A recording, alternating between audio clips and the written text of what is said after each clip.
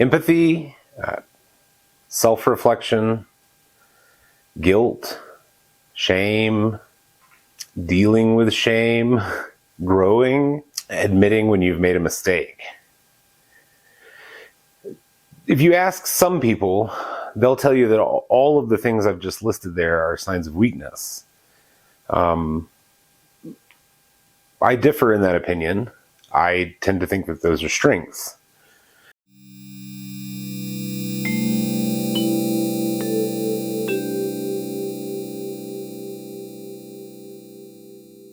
A lot of times when I think about science fiction, and I believe that this is true with most people that claim to like science fiction or sci-fi, whatever flavor that you mean when you say science fiction, I think a lot of people think of it in terms of an adversarial story with a unique setting and a unique solution with the addition of sort of mind-breaking concepts or science fiction conceptual notions that sort of dominate the story. I think if we look at what is generally considered sci-fi these days, if you go to places on the internet that aren't specifically about vintage science fiction, and you just go to like a general sci-fi subreddit or something like that, you'll find a lot of discussion about modern movies, Marvel movies, that sort of thing. And there's no disparagement to that at all. It's just that when you think about that kind of science fiction, conflict, external conflict is really key. And sometimes it's literally one character against the world. So it's clearly a dominating cultural theme to have, good guy, bad guy, clash it out, winner takes all. And what's really refreshing is knowing that kind of paradigm, whether it's literature or film, is not the only option. If I were to say pacifist science fiction, I think one of the first things, rightly or wrongly, that people's minds will jump to is Star Trek. And there's a great argument to be made that Star Trek is, sort of peak pacifist science fiction. Of course, a lot of this depends on the portion of the franchise that you're looking at. I think that there was an episode of the original series where, Kirk slapped or hit somebody in every episode. So a lot of times in Star Trek, there's an intention towards pacifism, but typically it boils down to a confrontational set of events. With Star Trek, I think that there's the intention for pacifism, at least on the surface, but a lot of the conflicts resolve in violence. And you can see that in pretty much every aspect of the franchise, both in the books and in the television shows and whatnot. So I want to talk about James White's Sector General series. That includes Hospital Station, Star Surgeon, and a number of other collections and recollections and series books. I believe that officially there were 12 in total. A lot of those books have been reprinted under alternate titles, sort of collecting a lot of the stories together and putting them in different books under different titles and covers. I feel like there are a lot of marketing decisions made. Generally, all of the James White stories, at least the ones that I have read, take place on Hospital Station, which is a hospital space station on the outer rim of the Milky Way that services a large portion of galactic residents. So it's easy for alien species to find the hospital. The hospital can respond to emergencies in the outer rim. It takes a very proactive role both physically amongst the people and the entities that it services, but also in terms of a greater diplomatic presence, a feature of humanity that says, we're here to help, we're not here to hurt. These books are explicitly pacifist books, and they do deal with themes of empathy and growth and self-reflection and shame and overcoming shame and growing from shame, growing from your mistakes, admitting your mistakes, finding your weaknesses. All of those things, which are very vulnerable topics. These are all things that require a great deal of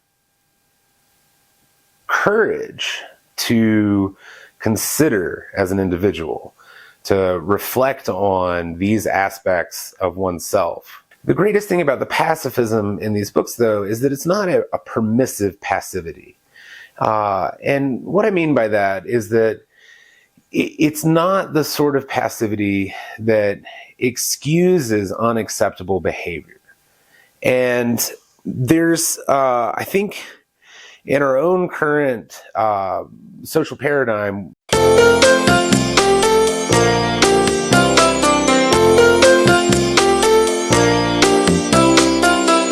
we see that often amongst people who claim to be pacifists, or they claim to be centrists, that they're claiming to rise above the froth and the fray and have come to an enlightened position where they can demonstrate their passivity towards the worst of us at the same time that they're demonstrating their passivity towards the best of us. And of course, I'm thinking about people like this, and the people of Hospital Station aren't people who are going to cozy up to dictators. They're not going to give a pass to people who have bad intentions for society as a whole. They're not going to just stand by and say, yes, well, I am a pacifist, therefore I shall not intervene with an individual or an entity that means me harm or the rest of us harm.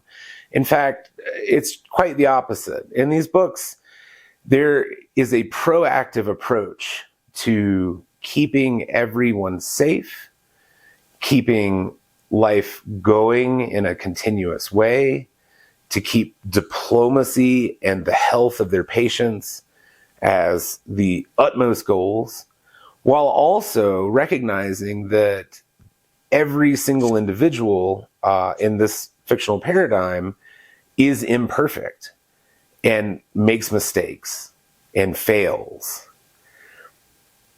And it's such a joy to see that written out on a page, to see that is given value by the writer, and it is demonstrated to you, to the reader, saying, this can have value to you too.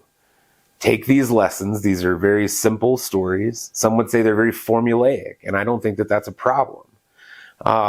But the value in the lessons contained in these stories is tremendous, especially amongst those of us who refuse to embrace things like empathy or refuse to embrace things like self-reflection. I'm sure that they wouldn't find much pleasure in a book like this because there isn't hand-to-hand combat necessarily, but there is conflict. And there's genuine conflict amongst people who think differently, amongst people who have both the best intentions and can't decide on the right way to meet and to bring about those intentions. So it's not that there's a great polarity amongst the individuals, although there is some. These are not people that just get along. There is definitely interpersonal conflict. But the way that it's handled and the way that the characters choose to approach that conflict, like adults, like well-meaning, good-intentioned adults, is what is so refreshing about these books. And I think it's something that everyone who reads them is going to be refreshed by. There's something that I tell people a lot of times about Star Trek: The Next Generation, and I don't think I coined this phrase. I'm sure I read it somewhere. But Star Trek: The Next Generation is competency porn. It's well-intentioned people doing the best that they can do to end up with the best circumstances possible. And these are people who are not perfect. They're people who require self-reflection and growth. And those are things that are part of being a competent human, of being a human in good faith. There are those amongst us who hide behind a label of centrism and a label of pacifism. And essentially it's really just cowardice. And that cowardice is masquerading as diplomacy. Any true diplomat knows that real enemies exist, and that diplomacy is meant to soften the way, to avoid being stabbed, to avoid physical confrontation, to avoid loss and death. But ultimately, that diplomacy is there to disarm the worst amongst us. While true diplomacy has courage, the cowardice of a centrist pacifist only leads to a situation where the most malevolent amongst us are able to sharpen their knives and bide their time because they have been excused by someone. And there is this appealing that happens to the centrist coward that says, here, let me give you my approval, while the most diplomatic, while the most reflective amongst you chide you and tell you that you're being a bad actor or that you are enabling bad actors. Let's us as bad actors pat you on the head and tell you, hey, we think you're cool. And oftentimes enlightened centrism is really just a mask to hide deep flaws and a deeply fragile ego. So it helps when, those the worst amongst us come to the enlightened centrist and say, you're a good boy. We approve of you. Thank you.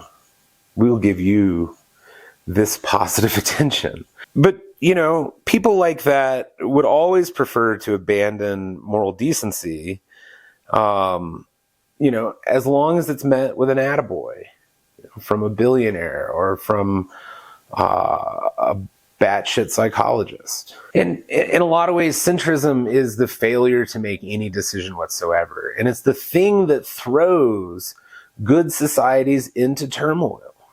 If we look at James White's world, he grew up in Northern Ireland during the Troubles. And, that whole political environment is confusing as an outsider. They say that religion had no cause in the Troubles, but it was led by Catholics against Protestants. There were clear leftist factions that were promoting fascist ideas, and there were right-wing factions that were promoting a strange form of independence while adhering to the crown. It's just, it would take, and probably deserves, an entire 4 years at a university to fully understand it. I certainly don't. But living in that world where you had clear bad actors ruining your society, and the best amongst you are unable to unlock those bad actors because of the centrist voices amongst you. The people who stood in the middle and said, well, now,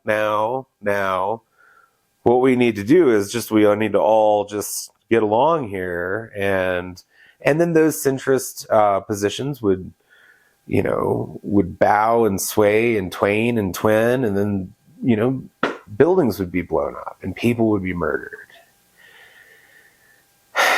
And it really required somebody standing up and saying, this is not the way to live. We can't function as a society this way. Anyone who would promote this sort of unrest has got to go. And I think ultimately the cure was time. I mean, I don't know, but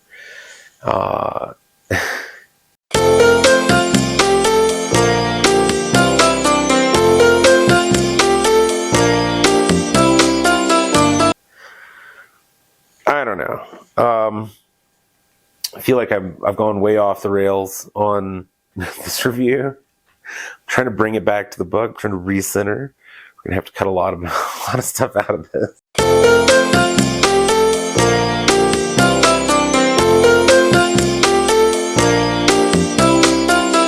Sector General is servicing the outer rim of the galaxy. And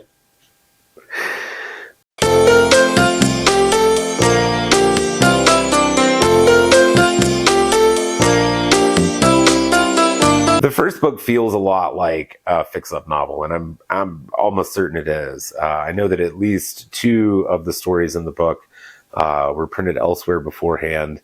And the way that the first book rolls is that each chapter feels like a new story, but we're dealing with familiar characters, and we're building characters along the way. So we're not just jumping into a new group of people every single time. We're watching the same groups of people interact in different ways and grow. We're watching them overcome their own personal struggles and become better people, and become better doctors, and find better ways to help their patients, who are themselves mysterious because they're alien. But there's a very clear code of ethics involved here. And it's not something as rote as the Prime Directive, this policy of non-interference, which, I would argue caused a lot more problems than it solved in the Star Trek universe. That's another conversation. But in terms of the Sector General series, you've got people who have clearly seen enough blood and death and turmoil and authoritarianism across the centuries, and they're done with it. They have drawn a line and said, absolutely not. In a civilized society, we can act better than this. We can be better than this. And it's a matter of holding that standard and living that standard by example. And while you don't have an entire population of perfect people or perfect aliens, you have individuals that are dynamic and individuals that are growing. And it's honestly the best thing about these books. It really is refreshing, and I wholeheartedly recommend it. 100%. I've read the first 2 in this series, first 2 books in this series, and I'll probably take a break to read some other stuff for a little while, but this is a series that when I need it in my soul, I'm going to return to it as a reminder, as a bar that has been set about how we can act towards one another, and how we can treat each other, and how we can do right by each other, how we can perform acts of empathy, how we can be self-effacing, how we can learn and grow and admit our mistakes, and admit when we were wrong about something,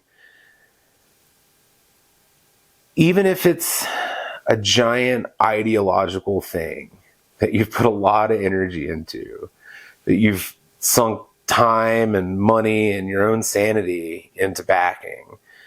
You can walk away. You can just stop. You can tell yourself, hey, I made a big mistake, and I may not have backed the right horse. And I think that going forward, backing this horse might be disastrous for me in my community. You can come to those realizations, and it's okay. Thanks for watching.